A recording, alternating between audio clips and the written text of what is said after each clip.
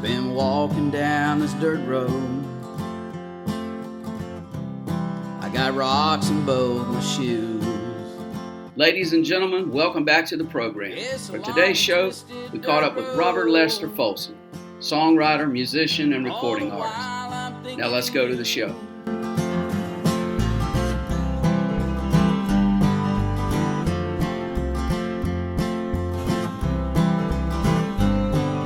We'll start at the beginning, where it all began for you with music.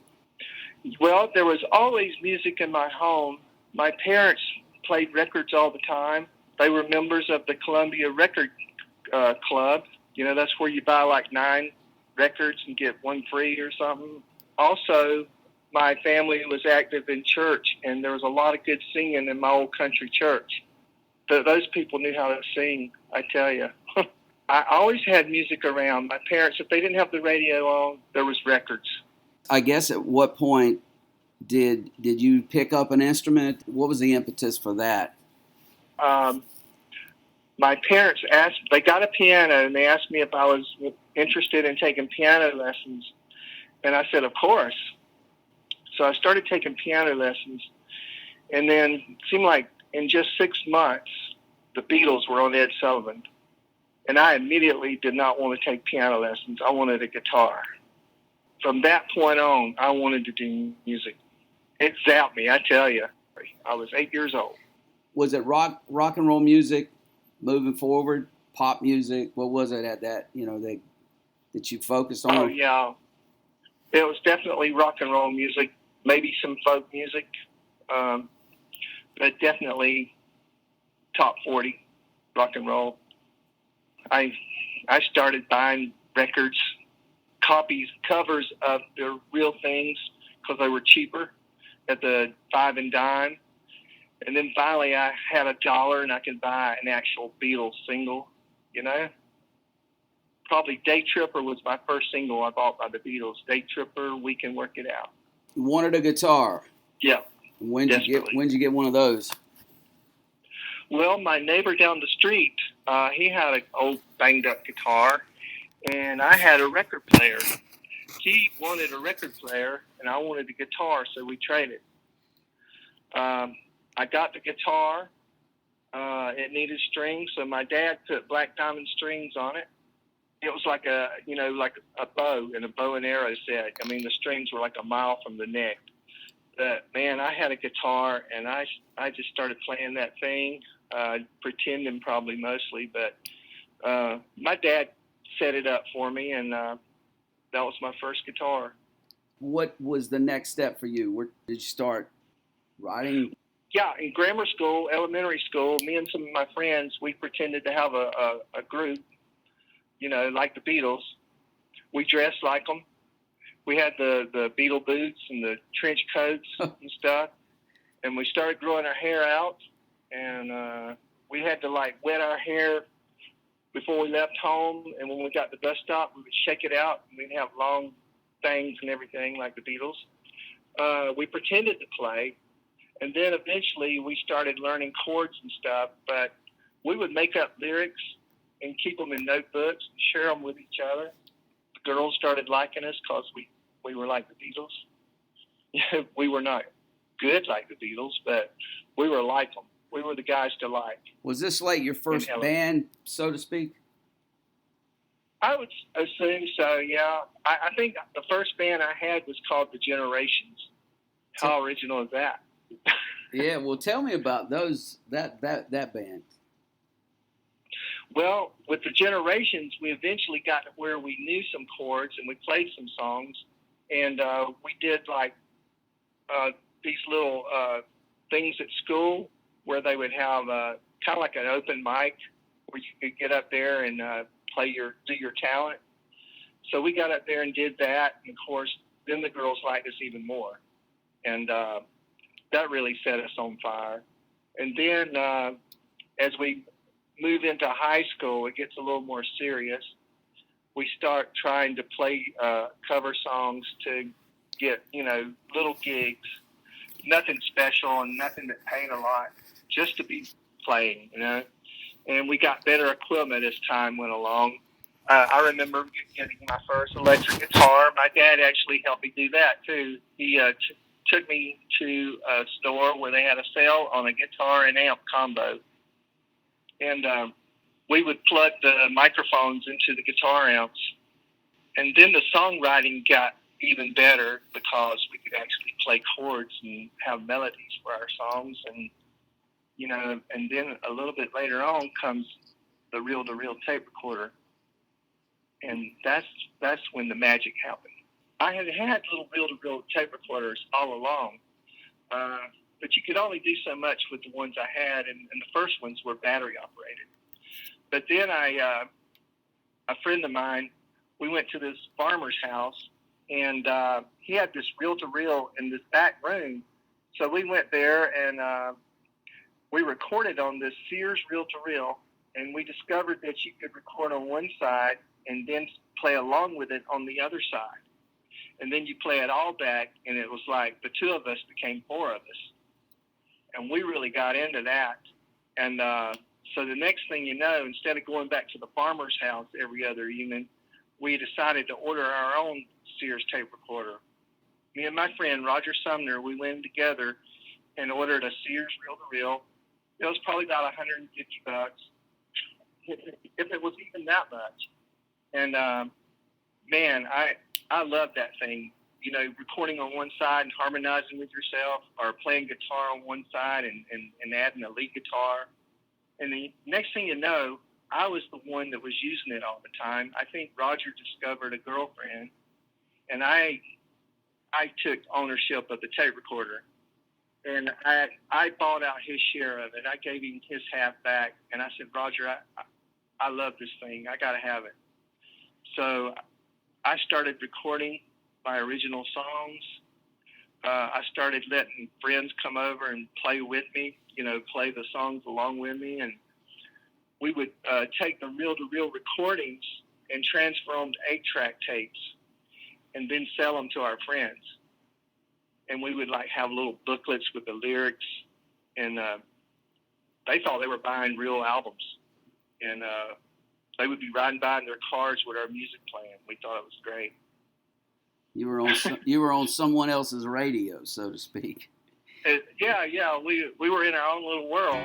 Yeah. We were celebrities.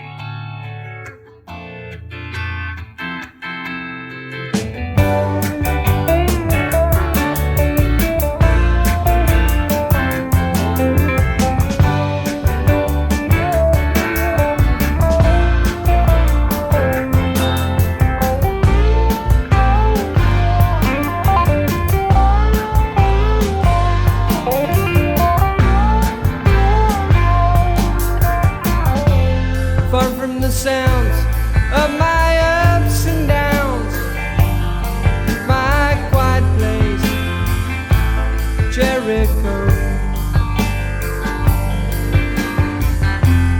where I can be what I wanna be, my quiet place, Jericho, where the air is fresh and clean, and I can somehow sense a greater source, Jericho.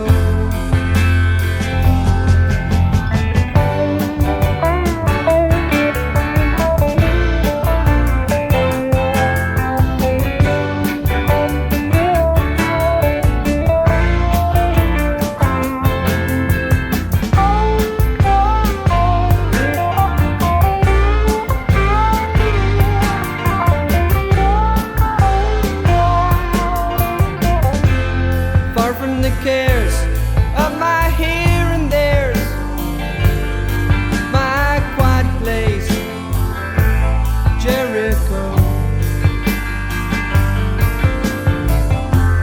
where I can feel what I know is real, my quiet place, Jericho,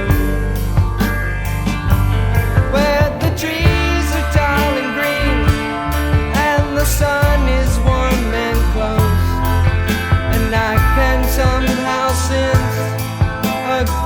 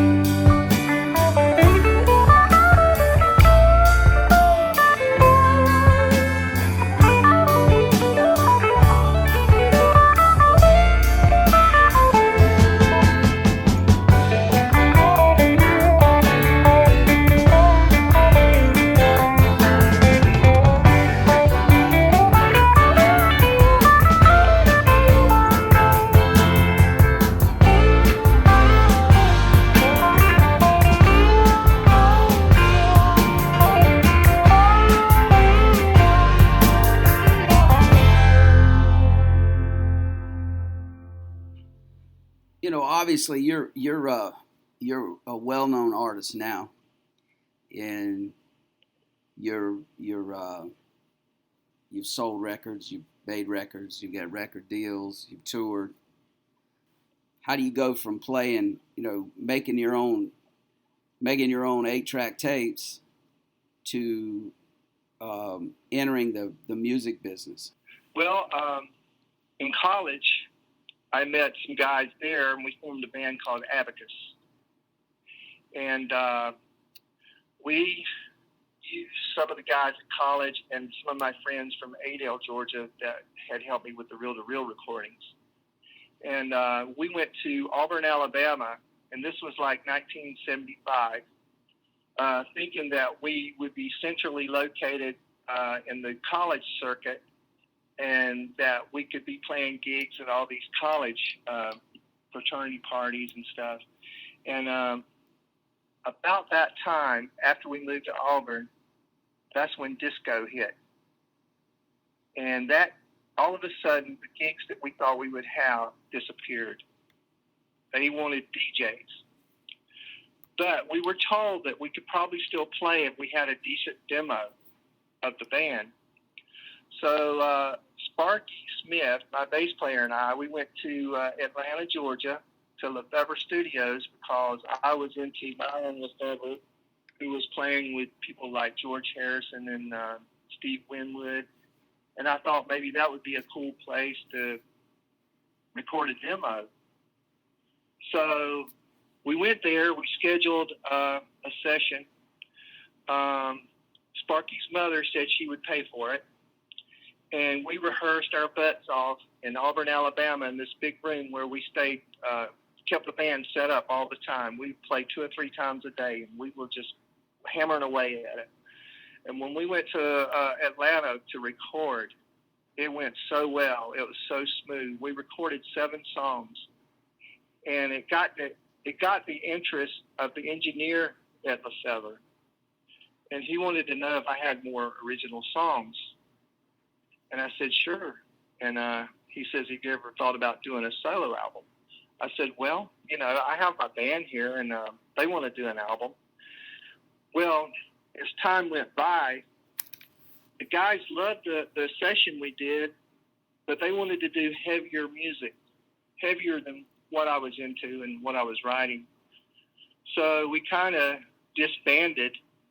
But when it came time for me to start my solo album, they all wanted to be a part of it. So I borrowed money from the local bank, and I scheduled some time at Lefebvre and started recording an album, Music and Dreams. And I had a lot of help from the engineer, Stan Dacus. He was the one that was interested in my songs. He would give me 4 hours of studio time, but charge 2. And I think he had that luxury. He could do that. And so we were able to get a lot of good studio time at a good price. And we made the album. I had to put it out myself. I had 1,000 copies made of the vinyl album, maybe a couple hundred 8 tracks, and we also released a single, about 500 copies of My Stove's on Fire, backed by Show Me to the Window. And we pushed them at the radio stations around the Southeast, mostly Georgia and Florida, and got airplay, but never got picked up by a label. And by the end of 76, seemed like it was all over. Maybe in 77, things were happening a little bit, but the album didn't take off, and nobody took it on. It was independently released by me. And I named the record label Abacus Records after the band. But that was the end of that until 35 years later. But I have a question. Okay. Yeah. At what point do you think you developed your Robert Lester Folsom sound? Was it during the making of that first album, or did that come later? And did that evolve? Well, yeah, we had an AM station in Adel, Georgia that played everything. They played pop music a couple hours a day. They played country music. They played bluegrass. They played gospel. They played soul. And I absorbed all those sounds, and I was inspired by a lot of the artists of different genres. And I think my writing was inspired by all these people, and also like Bob Dylan, definitely the Beatles. And I think that's how my style evolved, and from playing in church as well. All those things led to, I guess, what you would call my sound. And my sound actually was heard in the reel-to-reel recordings before the Music and Dreams. One thing that made Music and Dreams different is that it was a much slicker production because of the studio, quality of the studio. But also we were using some effects like the synthesizers and flangers. I had a flanger, Electric Mistress, and I would put vocals through it, guitars through it, keyboards through it. We even put Elka strings through it. And I think that kind of distinguished the sound of Music and Dreams. You don't take a 35-year break from music. You just move away from the idea that you're going to break into the market commercially. Is that fair to say? Yes. There seemed like a whole lot of promise because I was getting comparisons to artists that were popular in the mid-'70s. But I got married in 78. My wife got a job here in Jacksonville, Florida. We decided it was a better move to come here than to go to Nashville, which is the music center I thought would be the best for what I was doing. And I really couldn't catch on to anything going on here. It really wasn't my style. It just didn't happen. And I did work retail at a music store for a couple of years, and that was fun, but that wasn't really what I wanted to do. I got a job as a painter's helper because I've always loved painting. And in about a year, I was owning my own business. And I did that for all the years since we moved here, basically. And until the music was, quote unquote, rediscovered. I'm trying to understand this. You released that first album, and then 76. In 76. Are you saying that 35 years later it was discovered? Yeah. Wow. Actually, it was 2009. Wow. How did that happen? Someone called me from Los Angeles and said that my album had been bootlegged in Japan. And they wanted to know if they could release it on their label on the internet. It was called Yoga Records. And I said, sure. And almost as soon as that happened, a label in South Korea got in touch with me, and they wanted to release Music and Dreams on CD with 2 bonus tracks. And that was a financially sound agreement there. That was something that really worked. And also, seemed like it wasn't weeks.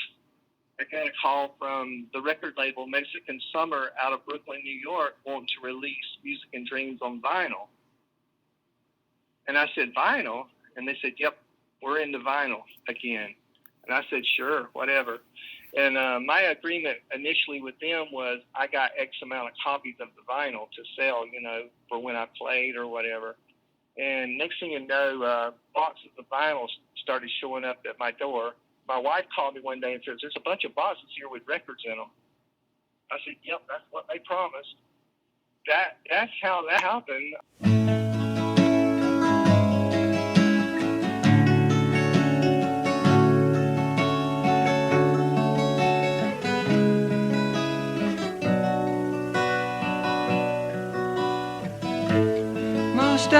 life I've been sad,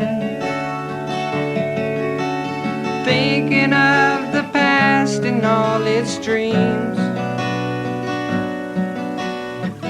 lost in a whirlwind of bad,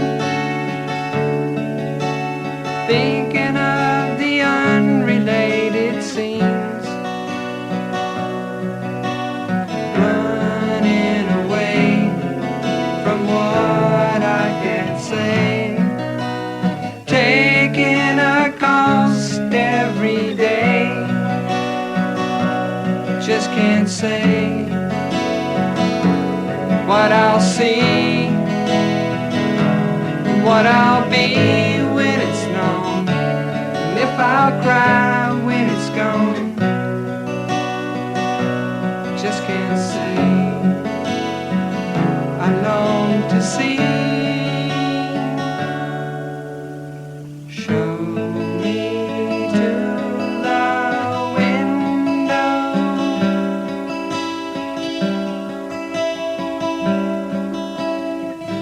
most of my friends, they're all gone, longing for the dreams they left behind, lost in reality's wrong, longing for a true peace of mind, running away from what I can't say, taking a cost every day, just can't say what they'll see, what they'll be when it's known, and if they'll cry when it's gone, just can't say. I long to see. Show me to the window,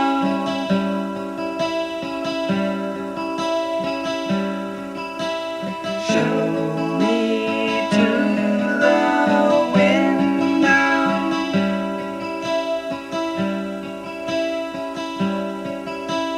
show me to the window.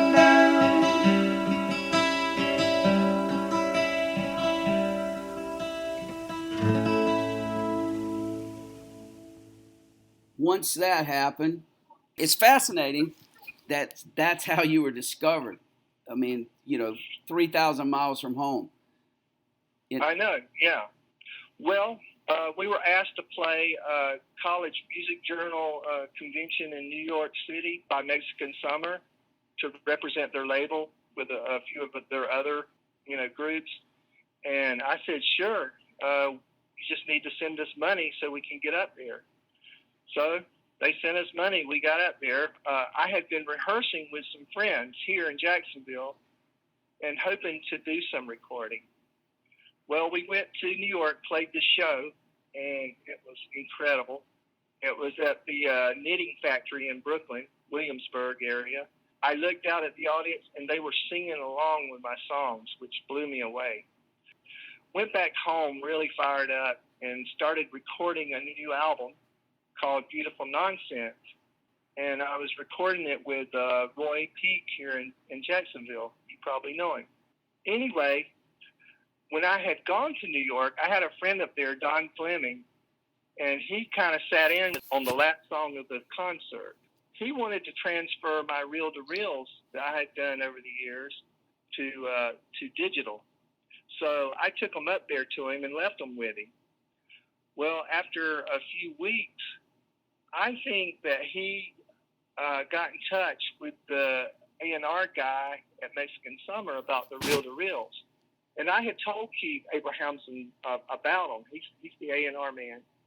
And he seemed somewhat interested, but when Don Fleming called him up and said he had transferred some to digital, he wanted to hear them. And next thing you know, I'm getting a call from Keith at Mexican Summer saying he wants to release some of the reel-to-reel recordings. So that's how Ode to a Rainy Day came about.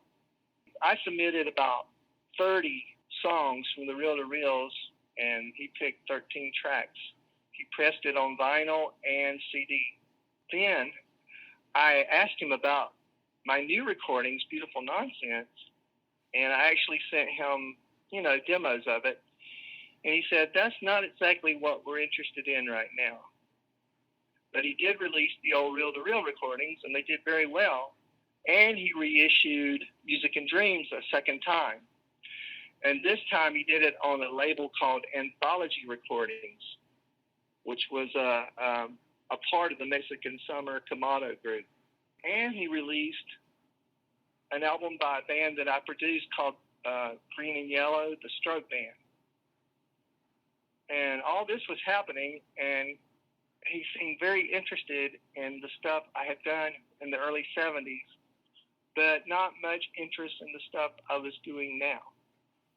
A few years later, I was talking to Keith, and I said, I got a lot more reel-to-reel recordings. He says, yes, I know. I want to put them out. But not much was happening. So I got a call from a fella in San Francisco at Tompkins Square's records or recordings. And he was into releasing vintage recordings. And he wanted to do a deal where he would eventually release all of my reel-to-reel recordings. But I felt some sense of loyalty to Mexican Summer Anthology. So I called Keith and I said, Keith, I've gotten this offer from a guy on the West Coast.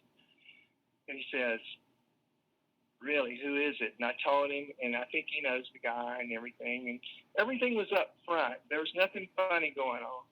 I said, Keith, it's really got my attention, and of course I want my stuff to be released. He says, look, I can make you a better offer, and we'll do it this way. So I said, sure. And he decided he wanted to release another vinyl album, kind of like the Ode to a Rainy Day. And to stay with the weather type inspired music of mine, we called it Sunshine Only Sometime, which is the name of one of the songs on the album. And he said he wanted to release it, that he would also want to reissue Music and Dreams a third time, I believe. And he wanted to release it in clear blue vinyl. And I said, yeah, that's very exciting. I'm all for it. And anyway, and he wanted to release Sunshine Only Sometime, the volume 2 of the archives, 72 to 75. And it was released this fall. They did everything they said they would do, and I had signed a contract with them. And there are more songs to come, I believe. There should probably be a volume 3 or 4 and 4. But I still would love for them to release something that's new. Your story reminds me of to me this is a very compelling story. It reminds me, I'm not sure if you're familiar with the Mississippi John Hurt story, but similar thing happened to John. He recorded on the OK label in the 20s, and he went away and was in obscurity for 40 years. Yeah. Rediscovered and came back in the during the folk revival and did all these tours, and unfortunately passed away. But 4 years, 5 years later, something like that. I don't know exactly, but all that said, he's known today because of that resurgence, primarily. Yeah. And I just think it's wonderful that you create, obviously, good music that people want to hear, and it's still relevant 35 years later. Yeah. Okay. So what do you think? What do you think the fascination is? Is it the period of music that you recorded, the style of music that you recorded, the way in which you recorded it. What is the interest these record labels have in your music? Well, the guy in California was interested because he saw how well the songs were doing that were on "Oh to a Rainy Day." Right. Like they were getting a lot of hits, and, right. And in fact, an incredible amount, especially during the early part of the pandemic. And I think people were searching for something, and it turns out the people who are buying or listening to my music are people between the ages of 20 and 35. That's good news for you. Yeah, it's like, I wish I was 25 again. Well, but I'm on Facebook and Instagram, and I constantly I'm getting kudos from these kids, and I say kids in a reverent way. I love them because they appreciate my music and they appreciate the influences I had to create my music. You know, they're telling me they like the Doors, they like the Beatles, they like Bob Dylan, they like the band, simply by liking what I do. It's inspiring other people to make music. A lot of the millennials. So right now you're recording locally. Yeah. And you've abandoned the reel-to-reel. You know, I would like to have a brand new Sears reel-to-reel just like I got 50 years ago. But, you know, there was some magic in those early days. I was very creative with the reel-to-reel. And I don't know if I would have that magic now. I've been through too many things where Roy can just push buttons. And but I will say this, we don't push buttons just for sound. We create the sounds now, just like we did back in the day. It's just so much easier to lay down the tracks. I'm spoiled by having Roy. Have you finished up your album with him, working on another one? How's that? Where are you with that? Okay, I did the Beautiful Nonsense album, and it did very well. I had CDs made, and I sold enough CDs to pay for the whole project. Then I recorded an EP called Autumn Lament. I also released one called Bridge, an EP, and it did very well. And then I recorded a single in 2021, but I haven't released anything physically. It's all been on the internet. And that's all at Radical Studios. Yeah. Mm-hmm. Okay. Yeah. Right. No home recordings. It's been done at Roy's studio, and the recordings sound very good. I've had them mastered with a guy in South Korea his name is Jae Soo-yi. He's incredible.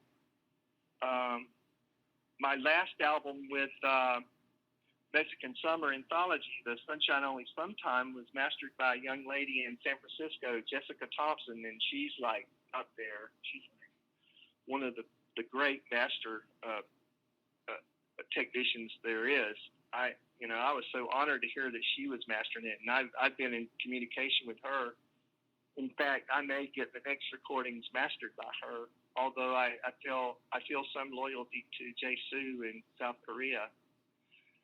But I'm getting everything done the best way possible, and probably because of the "Oh to Rainy Day," the "Sunshine Only Sometimes," the stuff that Anthology has put out, I'm getting hits for the stuff I put out.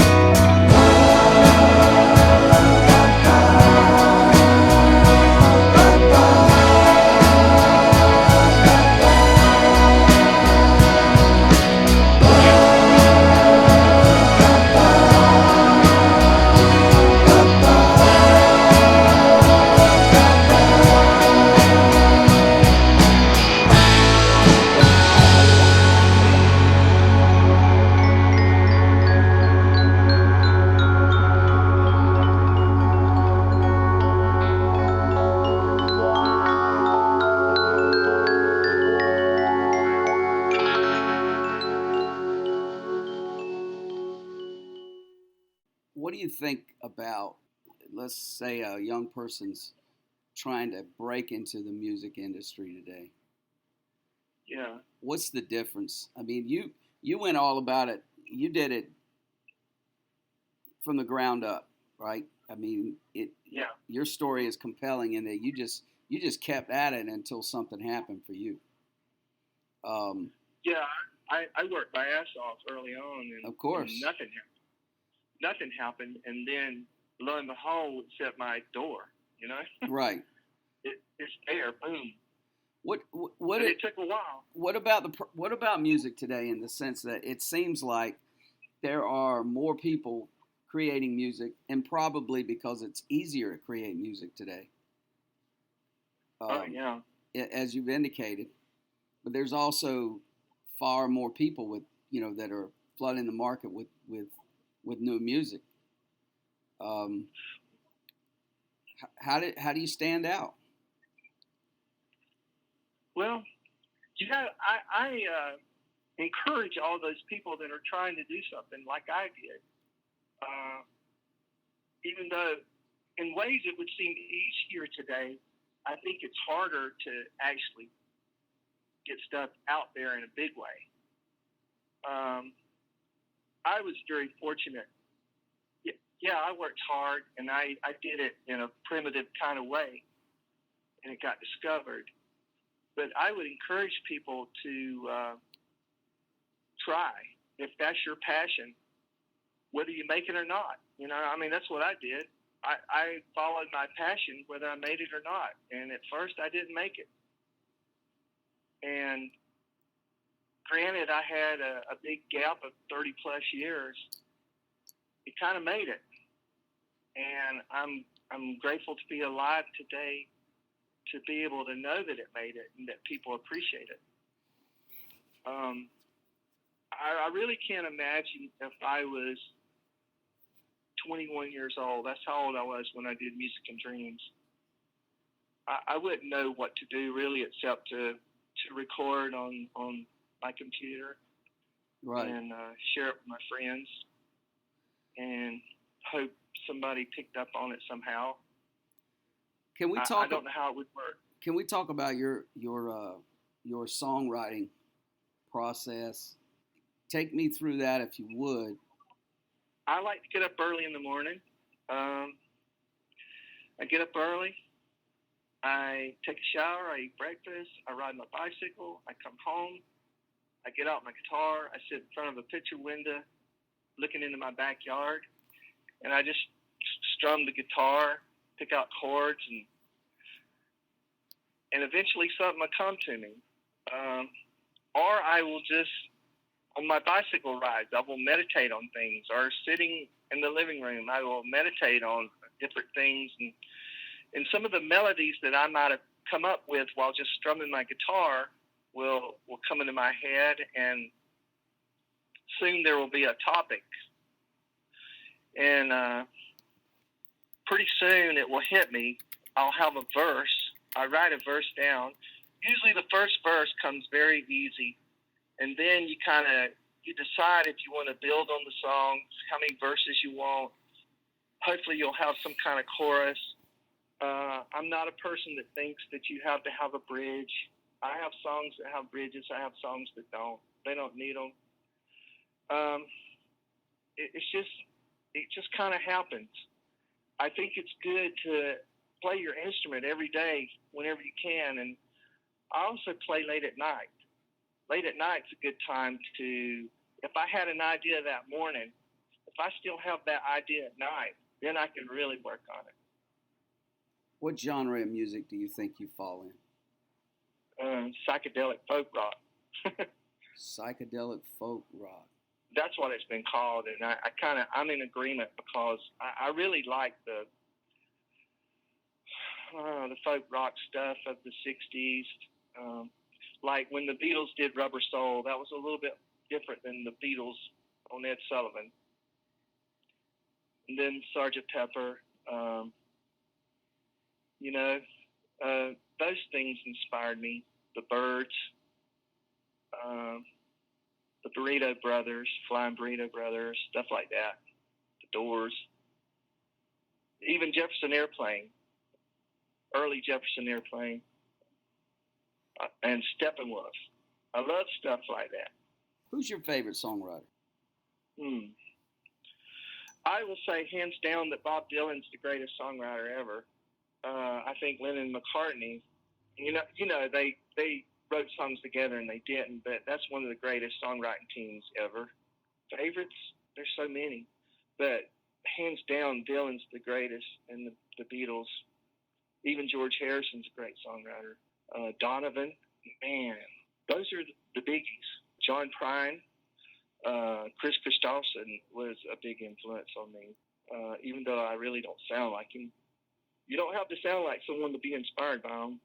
Townes Van Zandt, Gene Clark, Brian Wilson, incredible influence. Are you actively seeking live shows, or how does that work for you playing out?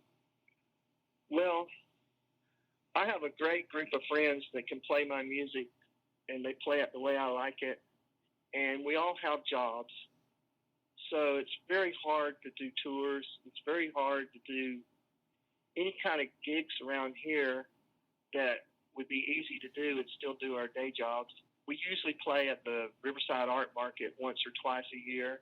They seem to like us there. I like playing there. It's outside. You get all ages. I would like to do more maybe festivals or stuff, like small festivals scattered around the South. But it would have to be in such a way that the people that play my music could be able to do it. What do you look for when you, aside from availability, when you look for musicians to play with? Oh, well, they seem to just happen, and it's people that have the same influence as I do. People that want to play my original music, that's required. that was one of the problems I had early on with my band Abacus. The guys in the bands wanted to play my songs, but they also wanted to do other stuff. And I was not giving in. I insisted on playing my music or no music, pretty much, because that's where my passion was. It's definitely not anything against doing other people's music, and I respect people that do covers. But it needs to be people that want to play my music, people that are pretty good. They don't have to be the best, but I will say this, the people that do play with me are excellent. And I've been blessed with excellent friends who are great musicians. It's great to have a band of people that wants to play what you want to play.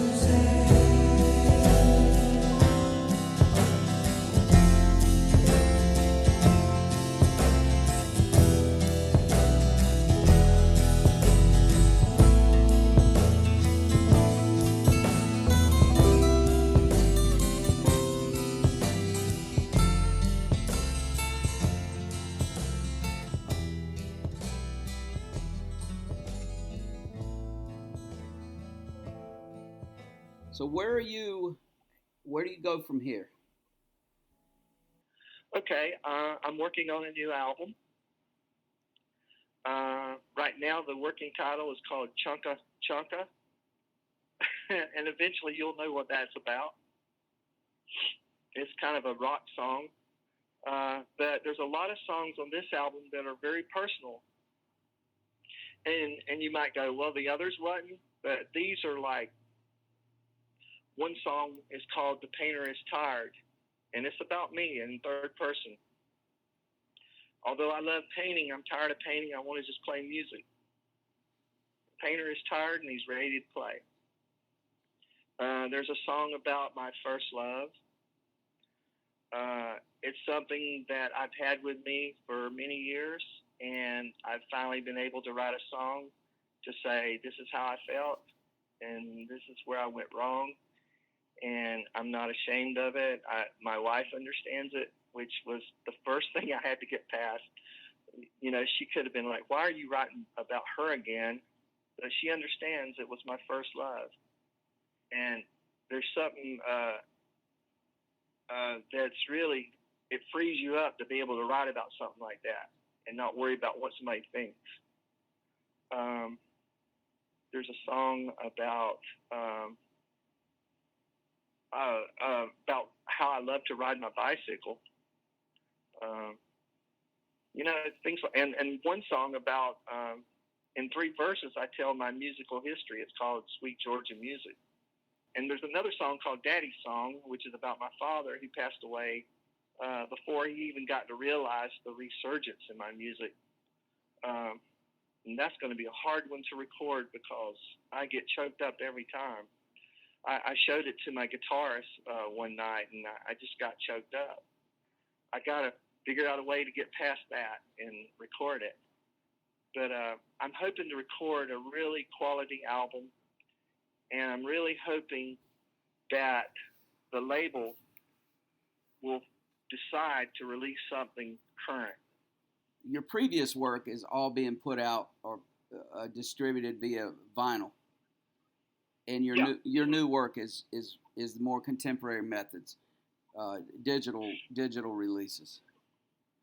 Yeah, but the old stuff is coming out on the iTunes, Amazon, Apple, everything, Pandora. Okay. And I've got millions of hits on some of my songs, which is amazing to me. And for the first time in my life, I'm actually getting decent royalty checks. I remember back in 1976, after Music and Dreams, I got a royalty check for 17 cents. But you know what? I was excited because I got a royalty check. Yeah. From Absolutely. BMI, I was like, I did not cash that 17-cent check. I kept it. I know people say that you hardly make anything from downloads because you get like, 0.01 cent per listen or something. But somehow or another, it's been adding up for me, and I'm really grateful. Not to brag, I'm just grateful. So you got any parting words for the podcast? Well, I would like to say I appreciate your interest in my music and my music career as it is. And I'm also very appreciative to the people that still listen and those that do come hear me when I do play. And I would hope that people will stay interested enough to listen to some of the new stuff. And I'm just, it's really, it could be very sad to say I spent 30-something years not getting anywhere, but, you know, it's all in God's time, I reckon. I mean, I'm glad I'm here for it to suddenly happen. Howard, I hope I'm around like 35 years from now so that people will be listening to what I'm recording today. I hope you are too. We'd like to thank Robert Lester Folsom and all of you for tuning in, as well as our sponsor, Town Farm Music. You can see Robert Lester Folsom perform live on Saturday, April 8th at the Riverside Arts Market in Jacksonville, Florida. So until next time, see you down that dirt road. Got holes in both my shoes.